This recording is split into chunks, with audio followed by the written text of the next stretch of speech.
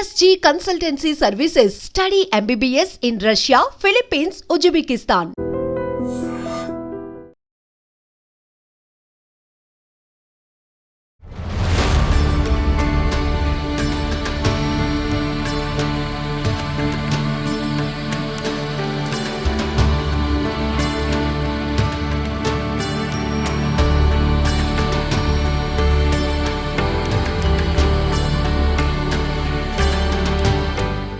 నమస్కారం, welcome to I dream. మన సంస్కృతి కార్యక్రమానికి స్వాగతం. నేను మీ విజిత.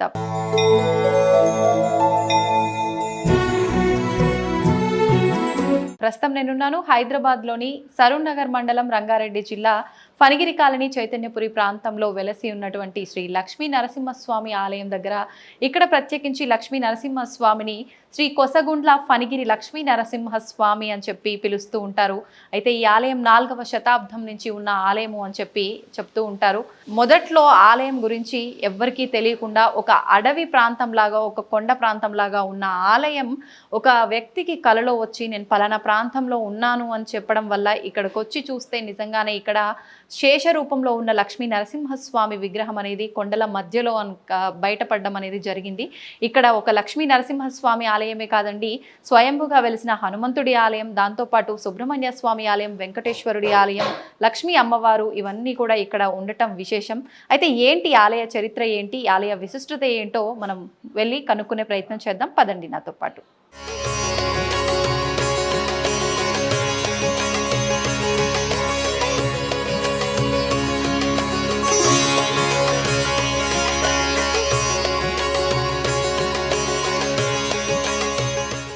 నమస్తే అండి. మామూలుగా అంటే సుబ్రహ్మణ్య స్వామిని ఎక్కువగా మనం జంట నాగుల రూపంలోనే చూస్తూ ఉంటాం అన్ని ఆలయాల్లో కూడా, కానీ ఇక్కడ విగ్రహ రూపంలో కూడా సుబ్రహ్మణ్య స్వామి జంట నాగులు ఉండడము ఎక్కడైనా కానీ, ఏ దేవాలయంలో కానీ ఒకే నాగు ఉంటారు. ఒకే నాగున్న సుబ్రహ్మణ్య స్వామి కొలచకూడదు. జంట నాగులు ఉన్న సుబ్రహ్మణ్య స్వామి విశేషం. అవునా? ఎక్కడైతే ఏ దేవాలయం అయితే జంట నాగులు ఉంటారో ఆ జంట నాగులున్న నాగదేవత చాలా విశేషమైనదిగా పరిగణించబడతారు. మన ఘాటిలో కానీ, కుక్కీలో కానీ, లేకుంటే కానీ కాళహస్తి కూడా విశేషమే. కాళహస్తిలో కూడా నాగదేవతలు ఉంటారు, జంట నాగలు. ఆ 3 మెయిన్ ఎక్కువ వచ్చేసి కుక్కే సుబ్రహ్మణ్య స్వామి చాలా విశేషం. కుక్కే కానీ ఘాటి కానీ పోతే సర్వరోగ పరిహారము జరుగుతుంది. ఈ 2 విశేషమైనది. సేమ్ అక్కడలాగానే ఇక్కడ కూడా మన ఇక్కడ ఫణిగిరి లక్ష్మీ నరసింహస్వామి దేవాలయంలో ఇక్కడ వచ్చేసి ఈ నరసింహస్వామి వచ్చేసి స్వయంభూ నరసింహస్వామి ఏ సంవత్సరంలో ఉద్భవించారో తెలియదు, కానీ చాలా మహిమాన్వితమైనటువంటి దేవుడు ఆయన. అనేకమైనటువంటి కోరికలు నెరవేర్చేటువంటి స్వయంభూ నరసింహస్వామి ఎవరికి భక్తాదులకి ఏ కోరికలు నెరవేరుస్తారో ఆ యొక్క కోరికలన్నీ కూడా నెరవేరుస్తున్నాడు. కొంగు బంగారమై ఆ యొక్క ప్రతి శనివారం ఆయనకి విశేషంగా రోజు జరుగుతుంది, కానీ శనివారం మాత్రం విశేషంగా జరుగుతుంది. ప్రతి మంగళవారం కూడా ఈయనకు సుబ్రహ్మణ్య స్వామికి విశేషంగా జరుగుతుంది. ప్రతి మంగళవారం ఎలాంటి పూజలు జరుగుతుంటాయి? అర్చనలు, అభిషేకాలు, కుంకుమార్చనలు ప్రతినిత్యము ఉంటాయా? ప్రతినిత్యం ఉంటుంది. విశేషంగా మంగళవారం ఉంటుంది. మంగళవారము ఎవరైనా భక్తాదులు వచ్చి మహాన్యాసపూర్వకం జరిపిస్తే కూడా జరుపుతాం. వాళ్ళకి ఏ విధంగా జరపమన్నా కూడా జరిపిస్తాం.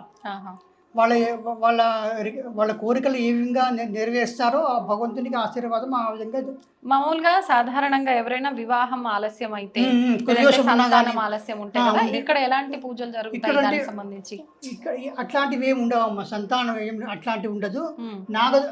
లగ్నాన్ని బట్టి, ఆ లగ్నంలో దోషాన్ని బట్టి, గ్రహాల అనుకూలతను బట్టి ఏమైనా దోషం ఉంటే దోష పరిహారానికై నక్షత్ర గ్రహశాంతులు, హోమాలు జరిపిస్తాం. ఆ హోమశాంతులు జరిపించి తర్వాత స్వామికి అభిషేకము, అర్చనలు జరిపిస్తాం. అంతే. నమస్తే అండి. ధన్యవాదాలు. సంతోషం అమ్మ.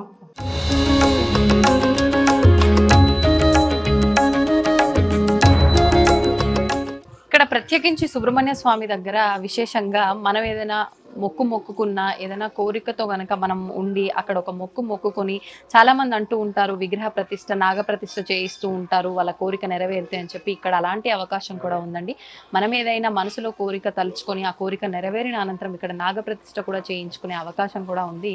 ఇప్పుడు సుబ్రహ్మణ్య స్వామి ఆలయంలోంచి మనం బయటికి రాగానే కిందికి వెళ్తున్న మార్గంలోని ప్రసన్నాంజనేయ స్వామి ఆలయం కూడా ఉంది. ఇప్పుడు స్వామివారిని కూడా దర్శించుకుందాం రండి.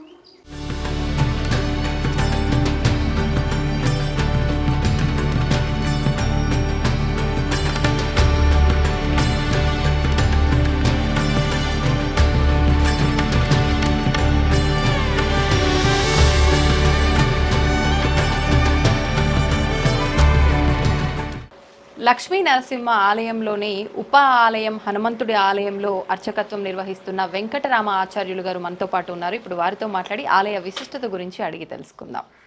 నమస్కారం అండి. మామూలుగా అంటే ఈ ఆలయం స్వయంభూ ఆలయం అని చెప్పి, లక్ష్మీ నరసింహస్వామి కూడా స్వయంభూ అనే చెప్పి, హనుమంతుల వారు కూడా స్వయంభూ అని చెప్పి విన్నాము. అసలు ఎప్పుడు వెలిసారు ఇక్కడ స్వామివారు, ఎలా వెలిసారు, ఎవరి ద్వారా ఇక్కడ ఆలయం నిర్మించబడింది, అవన్నీ కూడా వివరించండి. ఇది 4వ శతాబ్దానికి చెందినట్టుగా మనకు ఆ కొండపైన ఒక ఈ శాసనాలు ఉన్నాయి 2. ఇంకొకటి పైన ఉన్నది. ఆ 2 శాసనాలను బట్టి తెలిసింది ఏంటంటే ఇది 4వ శతాబ్దానికి చెందింది. అయితే ఇది ఇప్పుడు పక్కన పారుతున్నటువంటి ముసి నది ఒకప్పుడు ముచ్చుకుందా నది ముచ్చుకుందా మహాముని తపస్సు చేసుకుండు ఈ నదిలో. అయితే ఆ నదిలో ఆయన తపస్సు చేయటం వలన అక్కడ శివుడు ప్రత్యక్షమైండు. అట్లాగే విష్ణు స్వామి కావాలని చెప్పేసి లక్ష్మీనరసింహస్వామిని ఇక్కడ అయ్యారు.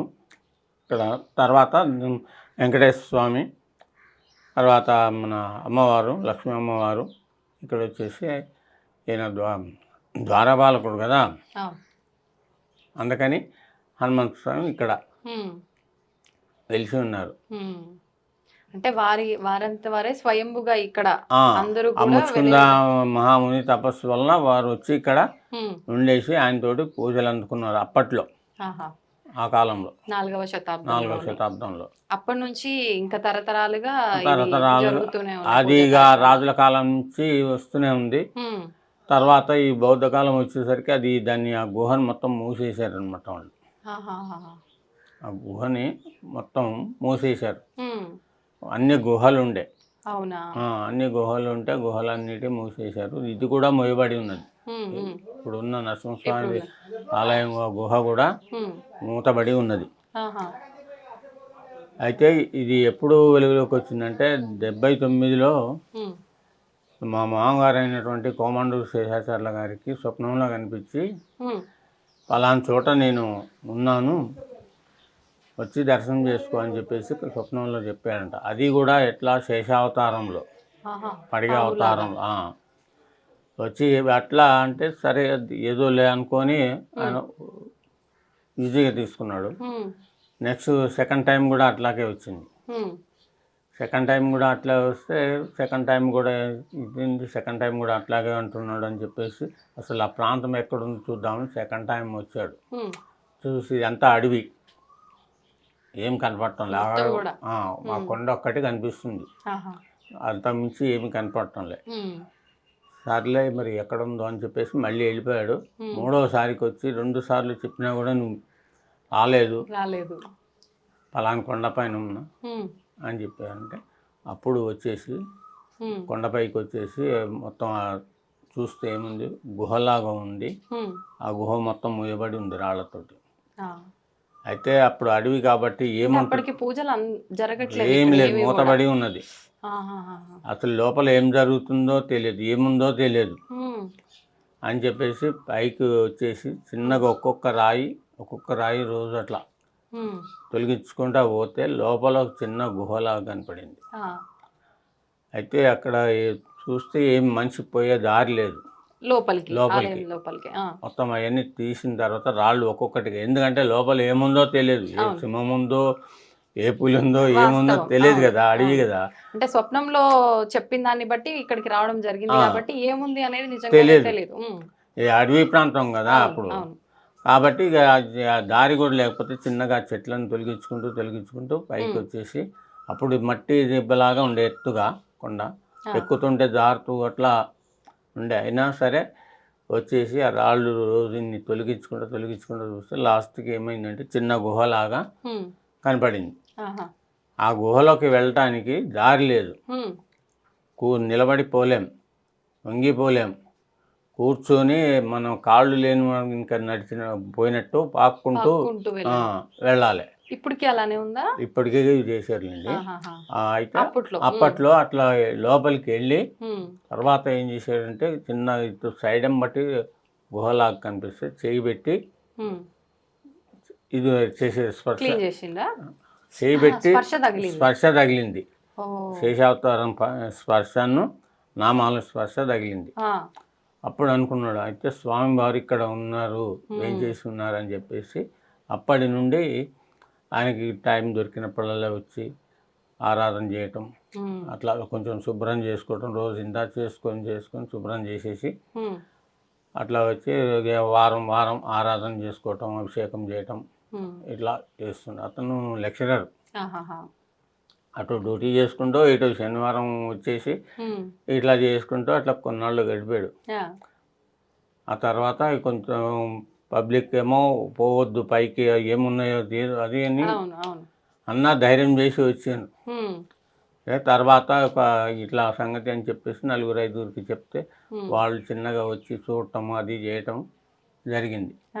అప్పటి నుంచి ఇక అప్పుడు రాముల తహసీల్దార్ అని ఉంది. అప్పుడు తహసీల్దార్ కదా 78-80. ఎప్పుడు ఇది సుమారు ఏ సంవత్సరంలో? ఏది ఇప్పుడు ఇదంతా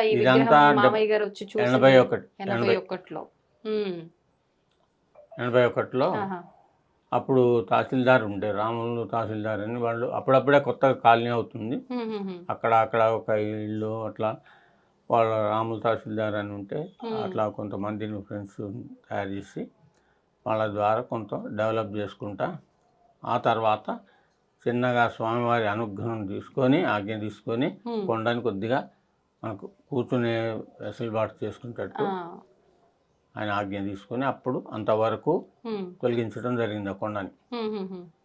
మరి తర్వాత ఇప్పుడు హనుమంతుల వారు కానివ్వండి, ఇక్కడ సుబ్రహ్మణ్య స్వామి, ఇదంతా కూడా ఎప్పుడు జరిగింది? ఈ సుబ్రహ్మణ్య స్వామి ఒక 2 years అవుతుంది ప్రతిష్ట, గణపతి ప్రతిష్ట, నవగ్రహాలు ప్రతిష్ట. స్వయంభూలు ఎవరంటే లక్ష్మీనరసింహస్వామి, ఆంజనేయ స్వామి, వెంకటేశ్వర స్వామి, అమ్మవారు, తర్వాత కింద శివుడు, మూసి మధ్యలో ఉంటుంది అది. అయితే ఈ కొండ అది ఎట్లా ఉందంటే ఆ శిలా కొండ పడిగ టైప్లో ఉండటం వలన ఫణిగిరి లక్ష్మీనరసింహస్వామి, ఫణి అంటే పాము, గిరి అంటే కొండ, ఫణిగిరి లక్ష్మీనరసింహస్వామి ఆ విధంగా పేరు వాడుకలో వచ్చింది. అంటే ఇది అప్పటికే అంటే మామయ్య గారు గుర్తించిన తర్వాతనే ఈ పేరు అనేది వాడుకలోకి వచ్చిందా? ఇంకా అంటే ఆ తర్వాత చాలా రోజులకు వచ్చింది అనుకోండి. అప్పుడు నరసింహస్వామి గుట్ట అంటుండే, చైతన్యపురి నరసింహస్వామి గుట్ట అంటుండే. అట్లా కాలక్రమేణా అట్లా బాగుండదు అని చెప్పేసి అసలు శాసనం ప్రకారం మనకి శిల ఎలా ఉంది అనేది పరిశీలించి అది పడిగే టైప్లో ఉంది కాబట్టి ఫణి అంటే పాము, గిరి అంటే కొండ, ఫణిగిరి లక్ష్మీనరసింహస్వామిగా అభివృద్ధి అయింది. మామూలుగా అంటే ఎటువంటి కోరికలతో ఎక్కువగా భక్తులు వస్తుంటారు? నేను విన్నది ఏంటంటే మనము యాదాద్రి లక్ష్మీ నరసింహస్వామి ఆలయంలో గనక మనం వెళ్ళి దర్శించుకుంటే ఎంత మనకు అనుగ్రహం ఉంటుందో స్వామివారిది, అక్కడికి వెళ్ళలేని వాళ్ళు ఇక్కడికి వచ్చినా అంతే అనుగ్రహం ఉంటుంది అని చెప్పి, ఇది వాస్తవం అండి? తప్పకుండా అవుతుందండి. సంతానం లేని వాళ్ళు ముడుపులు కడతారు, తర్వాత మ్యారేజ్ కాని వాళ్ళు వచ్చి కడతారు, వాళ్ళకి ఏమన్నా బాధలున్నా ముడుపు కట్టుకుంటారు. అలాగా వాళ్ళు అందుకనే ఇంత డెవలప్ అవుతూ వస్తుంది స్వామి. ఓకే, అంటే ఇందాక నేను మెట్లకు బొట్లు పెట్టడం అది కూడా చూసా, అది కూడా ఇక్కడ ఒక మొక్కేనా? అది కూడా మొక్కే. ఎటువంటి వారు అలాంటి మొక్కు మొక్కుతారు మామూలుగా ఇక్కడ ప్రత్యేకించి? ఎటువంటి కోరికతో ఉన్న వాళ్ళు అంటే వాళ్ళ ఎవరికన్నా వాళ్ళ ఇంట్లో వాళ్ళకి మ్యారేజ్ కొరకు, స్టడీ కొరకు, ఇలాంటి జాబ్ పర్పస్కో అలా ఓకే, వాళ్ళకి ఏదైతే బాధ ఉందో ఆ బాధ చెప్పుకొని స్వామి ఈ బాధ తీరితే నీ కొండకు వచ్చి మెట్లకు పూజ చేసుకుంటా, లేకపోతే నీకు ముడుపు కడతా, ఇట్లా వాళ్ళ తోచింది వాళ్ళు కోరుకుంటారు. మామూలుగా అంటే ఎంతమంది వస్తుంటారు మామూలుగా భక్తులు సుమారుగా నిత్యము? నిత్యము అంటే ఒక 50 నుంచి 60. ఆహా. విశేషమైన రోజుల్లో ఎక్కువగా వస్తుంటారు. ఇక శనివారం నాడు ఏకాదశి ఇలాంటి పర్వదినాల్లో మాత్రం 100 అట్లా వస్తారు. కళ్యాణం అప్పుడు మాత్రం ఒక 700-800 మెంబర్స్ 1000 వరకు కూడా వస్తారు. విశేషమైన రోజుల్లో కళ్యాణం నరసింహ జయంతి ఉంటుంది 2 days. అప్పుడు ప్రత్యేకమైన అభిషేకాలు అర్చనలు జరుగుతుంటాయా? కళ్యాణం అవుతుంది, హోమం అవుతుంది, సుదర్శన హోమం. తర్వాత స్వామివారి ఊరేగింపు ఉంటుంది జయంతి రోజు. కళ్యాణం నెక్స్ట్ డే కళ్యాణం అవుతుంది. ఓకే, ధన్యవాదాలండి. చాలా చక్కగా వివరించారు ఆలయ విశిష్టత గురించి. నమస్తే.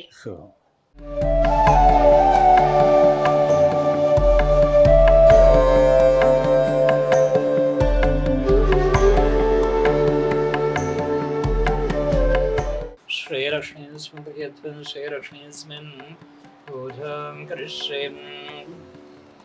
ॐ केशवाय नमः, नारायणाय नमः, नारायणाय नमः, गोधारं विष्णुं सूत्रं त्रिविक्रमं। ॐ वामनाय नमः, श्रीधराय नमः, विष्णुनाय नमः, पद्मनाभाय नमः, नारायणाय ॐ संकर्षणाय नमः, श्रोत्राय श्री कृष्ण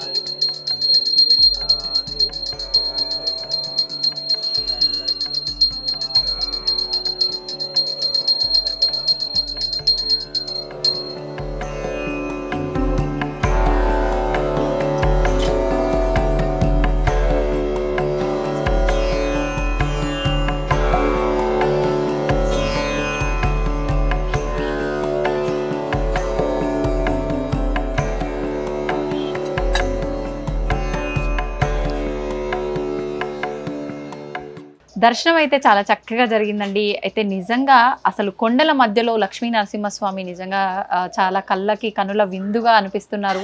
మామూలుగా మనం యాదాద్రి లక్ష్మీ నరసింహస్వామి క్షేత్రానికి వెళ్ళి దర్శించుకుంటూ ఉంటాము. అయితే అక్కడ అంత దూరం వెళ్ళలేని వాళ్ళు, ఎప్పుడంటే అప్పుడు వెళ్ళాలనుకున్న వాళ్ళు ఇక్కడ ఈ లక్ష్మీ నరసింహస్వామి ఆలయం మనకు అందుబాటులో ఉంది కాబట్టి ఇక్కడ దర్శించుకున్నా కూడా అక్కడ వెళ్ళి స్వామివారిని దర్శించుకున్నంత పుణ్యం అనేది వస్తుంది అని చెప్పి ఇక్కడ భక్తులు నమ్ముతున్నారు. మనకు ఇక్కడ ఒక లక్ష్మీ నరసింహస్వామి ఆలయమే కాదండి, ఉప ఆలయాలు కూడా ఉన్నాయి. ఆల్రెడీ మీరంతా వీడియోలో చూసే ఉంటారు. మీరందరూ కూడా దగ్గర ప్రాంతాల్లో ఉన్న వాళ్ళైతే కనుక ఖచ్చితంగా వచ్చి స్వామివారి దర్శనం చేసుకోండి, స్వామివారి కృపకు పాత్రులవ్వండి. నమస్తే.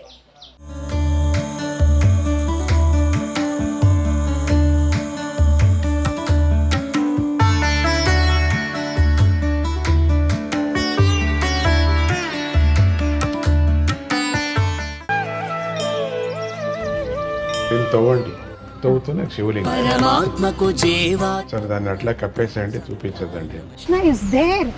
మూర్తి పూజ కాదు, సాక్షాత్ బ్రజేంద్ర నందన భగవాన్ ఉన్నారు మూర్తులు. ఏమీ ఆశించకుండా ఆరాధించే వాళ్ళు కూడా ఉన్నారా ప్రభుజీ? నిజమైన భక్తి అంటే మనకు తెలియదు కాబట్టి